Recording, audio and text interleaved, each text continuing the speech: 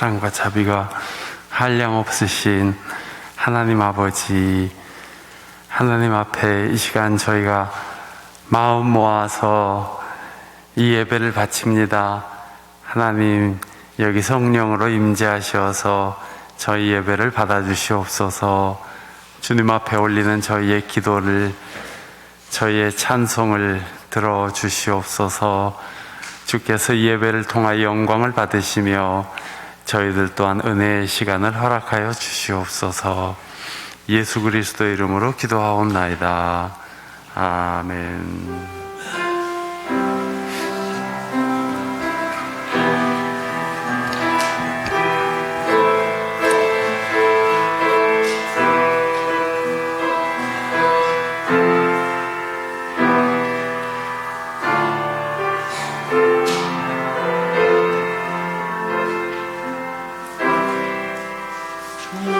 주께 감사하세. 그는 선하시며 인자하신 이 영원함이다.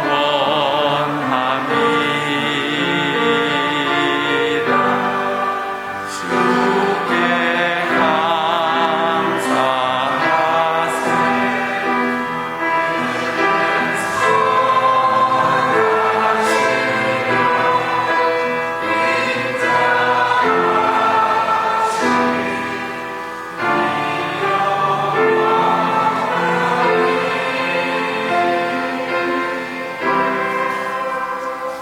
주님의 평화가 여러분과 함께.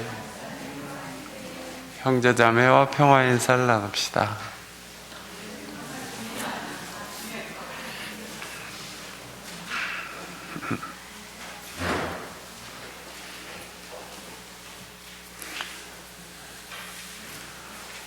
어려운 상황 속에서도 주님께서 우리를 지켜주시고 돌보시고 또 예배의 자리로 인도해 주심을 감사합니다. 오늘은 부활절 두 번째 맞는 주일입니다. 찬송가 164장을 같이 부릅시다.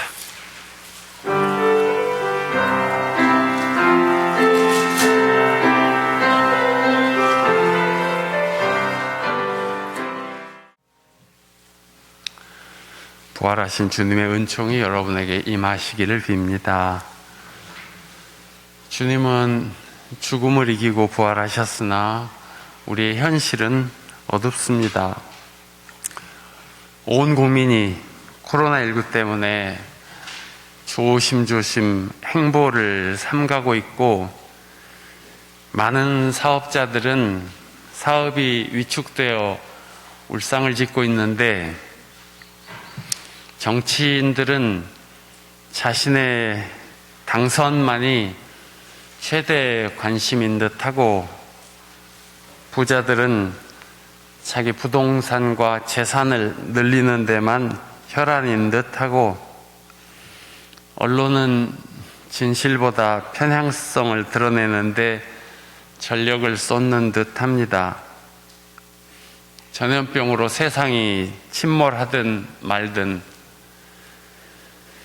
주변국들의 위협으로 한반도가 위험에 쌓이든 말든 자기 밥통과 채통만 생각하는 듯합니다.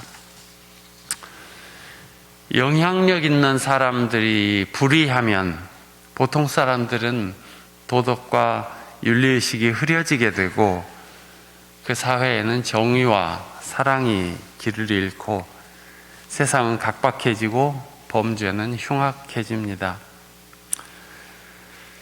심지어 사는 게 아니야, 이런 말이 들리기도 합니다. 살아도 사는 것이 아니라는 말은 무엇 때문에 나오는 것일까요? 그럼 사는 것 같이 산다는 건 무엇일까요? 사람마다 차이는 있겠지만 살아가면서 기쁨도 있고 보람도 있고 소소한 행복이라도 누리고 살아가야 한다는 것이겠죠. 지난달 좋은 생각이라는 잡지에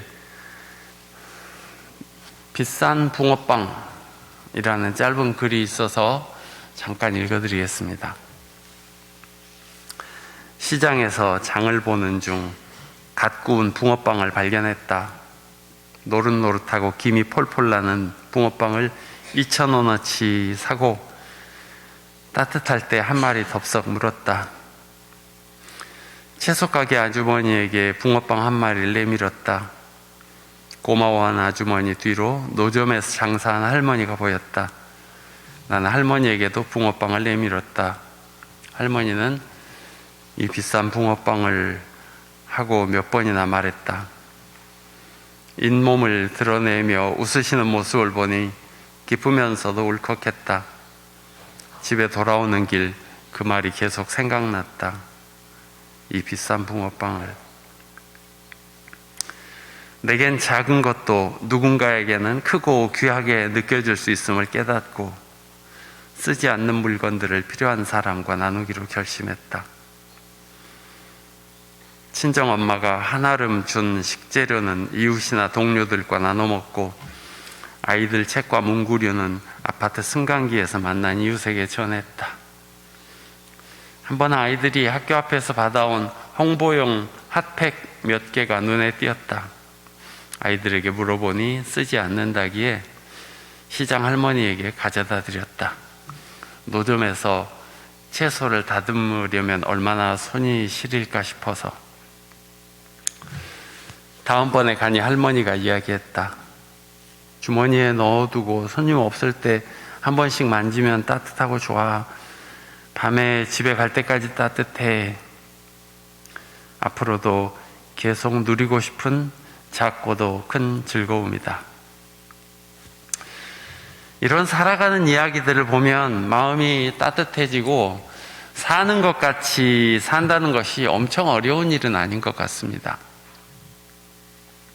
오늘 성경 말씀들을 보니까 빛과 어둠이 대비되는 모양이 보입니다. 사람들에게 어둠 속에 있지 말고 빛으로 나오라고 권면하시는 말씀도 있습니다.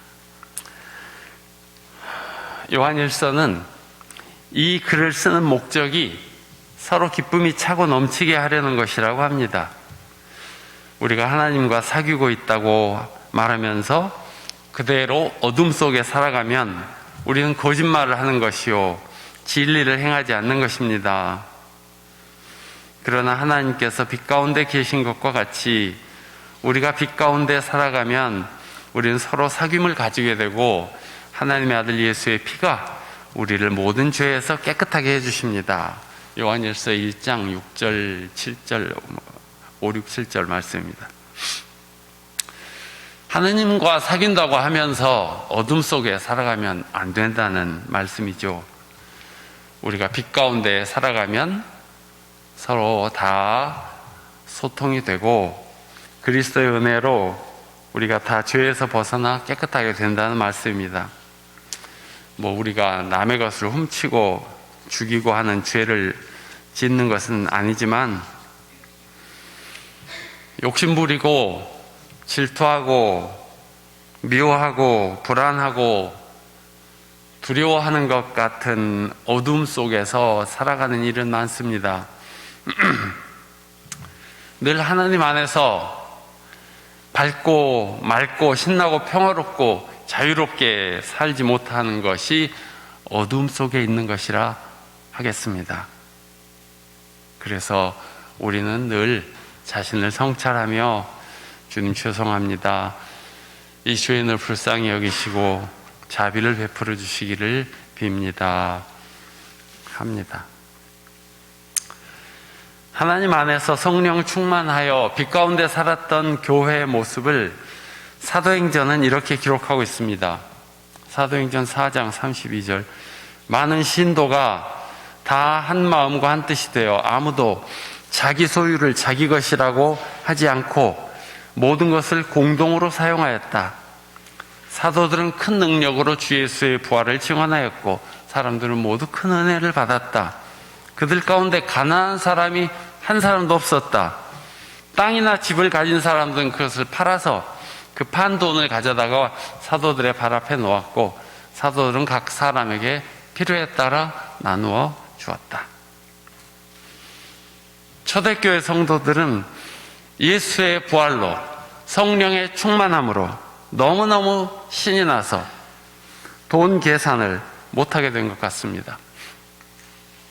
욕심이 다 없어지고 근심도 두려울 것도 없어지고 아주 맑고 투명하고 복되게 살았기 때문에 그들 가운데 가난한 사람이 한 사람도 없었다고 합니다. 분명히 이 세상에 살고 있었으나 딴 세상에 사는 사람들이었습니다. 이분들은 예수 부활의 감동으로 한마음 한뜻이 되었습니다. 예수님의 사랑이 성도들의 마음에 충만하여 자신들도 재산을 다 내어놓고 무소유로 살며 부활의 증인이 되었던 것입니다. 말하자면 그는 어두운 죄악된 세상에서 구원을 받았습니다. 우리 삶이 뭔가 고통스러운 것은 자기가 인식하지 못해도 어두움 속에 있기 때문입니다. 성경은 참 생명이란 어둠을 벗어나 빛 가운데 사는 것이라고 합니다. 요한일서 1장 7절, 하나님께서 빛 가운데 계신 것과 같이 우리가 빛 가운데 살아가면 우리는 서로 사귐을 가지게 되고 하나님의 아들 예수의 피가 우리를 모든 죄에서 깨끗하게 해주십니다. 우리가 하나님을 믿는다면서도 우리 생을 온전히 주님께 맡기지 못하고 이런저런 걱정과 이런저런 욕심을 버리지 못하기 때문에 어두움을 벗어나지 못하는 것이죠. 신앙은 하나님께 자신을 의탁하는 것인데 어려운 일이 있을 때만 하나님께 의지하고 자기 생활은 자기 뜻대로 자기 욕심대로 해야겠다 하면 그것이 하나님께 맡기는 것이겠습니까? 요한일서 1장 6절, 우리가 하나님과 사귀고 있다고 말하면서 그대로 어둠 속에 살아가면 우리는 거짓말을 하는 것이요 진리를 행하지 않는 것입니다. 요한 사도는 이 글을 쓰는 목적은 사람들이 생명을 얻어서 서로 기쁨이 차고 넘치게 하려는 것이라고 했습니다. 태초부터 있었던 영원한 생명이 예수 그리스도에게서 나타난 것을 그는 보았고 깨닫고 그 생명을 사람들과 함께 나누기를 원했습니다. 요한은 모든 사람들이 빛 가운데 살며 하나님과 사귐을 갖기를 원했습니다. 그것이 모든 사람들이 다 기쁨으로 살아가는 길이었기 때문입니다. 우리가 복음을 전하는 목적도 그것입니다. 세상 사람들이 다 평화를 누리며 기쁨으로 행복하게 살기를 바랍니다. 그래서 우리는 예수님을 소개합니다. 예수님에게는 어둠이 없고 온전한 빛이시기 때문에 그를 만나면 인간 영혼의 어둠이 사라지는 것입니다. 예수님은 십자가를 지실 만큼 온전한 사랑이기 때문에 그분을 만나는 사람은 자유와 해방과 행복과 구원을 누리게 됩니다. 예수님은 제자들에게 평화가 있기를 부활 후에 여러 번 축원하셨습니다. 그리고 세상의 죄를 용서해 주는 사람들이 되고 그런 교회가 되기를 권하셨습니다. 너희에게 평화가 있기를 빈다. 아버지께서 나를 보내신 것 같이 나도 너희를 보낸다. 성령을 받아라. 너희가 누구의 죄든지 용서해 주면 그 죄가 용서될 것이고 용서해 주지 않으면 그대로 남아있을 것이다 하셨습니다. 우리는 서로 자신의 잘못을 고백하고 서로 용서하는 것이 생태적, 태생적 사명입니다. 용서를 하기도 해야 하고 용서를 받기도 해야 합니다. 거기에 참 평화가 있기 때문입니다. 보네포 목사님은 성도의 교제라는 책에서 교회 성도라면 서로 자기 잘못을 고백할 수 있어야 한다고 했습니다. 교우들끼리 자기 잘못을 고백하고 용서하고 용서받는 것이 참된 성도의 교제라고 했습니다. 그런 교회의 공동체는 얼마나 아름답고 거룩합니까?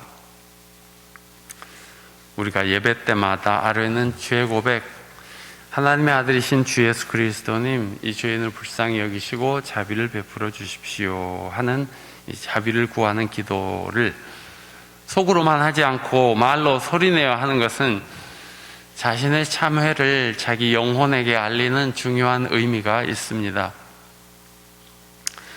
우리 교회 이름이 고백교회인 것은 나치 독일 당시 보네퍼나 니멜르 목사 같은 분들이 시작했던 고백교회 운동에서 비롯된 것인데 역사적이고 신앙 고백적인 의미가 있는 이름입니다. 그 고백교회 신앙과 정신을 오늘에 살리면 이런 선언을 할 수 있습니다.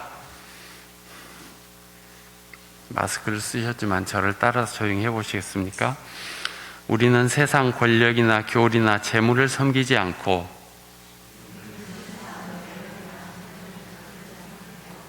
우리는 세상 권력이나 교리나 재물을 섬기지 않고 오직 예수님을 그리스도로 고백하는 교회입니다.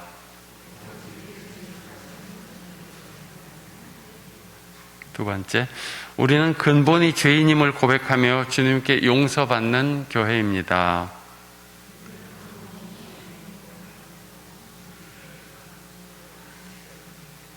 우리는 근본이 죄인임을 고백하며 주님께 용서받는 교회입니다.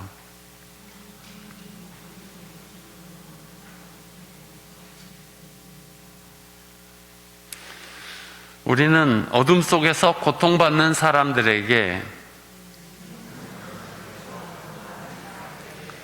죄사함의 복음을 전하고 사랑하고 용서하고 치유함으로써 구원하시는 그리스도의 교회입니다. 이 고백교회의 정신이라 할 수 있습니다. 세상에 평화를 주시는 주님께서 이 고귀한 일에 우리를 불러주심을 감사하며 찬양합니다.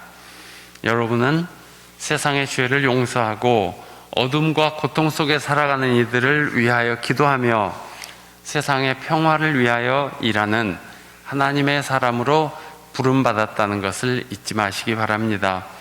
평화를 위하여 일하는 사람들이 하나님의 자녀라고 했습니다. 이런 일을 위하여 여러분은 날마다 기도와 말씀 가운데에서 주님을 만나며 거룩한 기쁨과 평화를 누리시기 바랍니다. 우리가 빛 가운데 살아가면 거기 주님이 계십니다. 우리가 주님과 함께 살아가면 영원한 생명으로 들어갑니다. 하나님의 말씀을 묵상하며 마음에 간직합시다.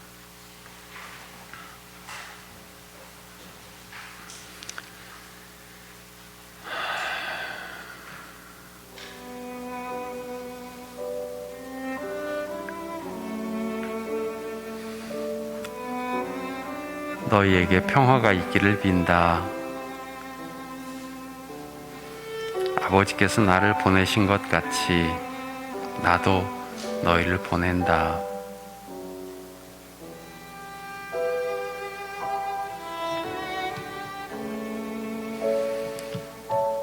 우리가 우리의 죄를 하나님께 고백하면 진실하시고 의로우신 하나님께서는 우리의 죄를 용서하시고 우리의 모든 불의를 깨끗이 씻어 주실 것입니다.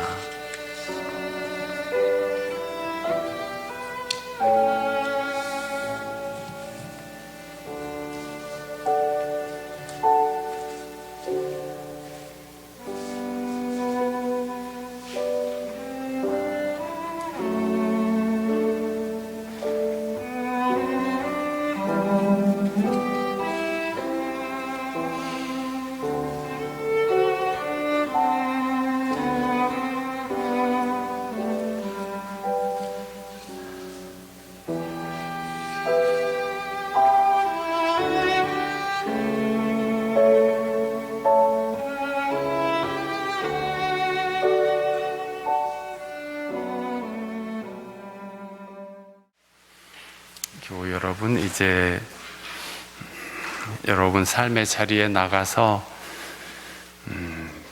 빛 가운데 살아간다는 것이 무엇인지 늘 생각하시면서 빛 가운데 살아가시기 바랍니다. 이제는 세상에 오셔서 길과 진리와 생명이 되신 우리 주 예수 그리스도의 은혜가, 또 외아들을 이 땅에 보내신 아버지 하나님의 그 크신 사랑이 오늘도 우리와 동행하시고 도우시고 지키시는 성령님의 인도하심이 오늘 부활절 둘째 주일 예배를 하나님께 드리고 다시금 각자의 삶으로 나아가는 주의 백성들 위해 늘 함께 계시기를 축원합니다. 아멘.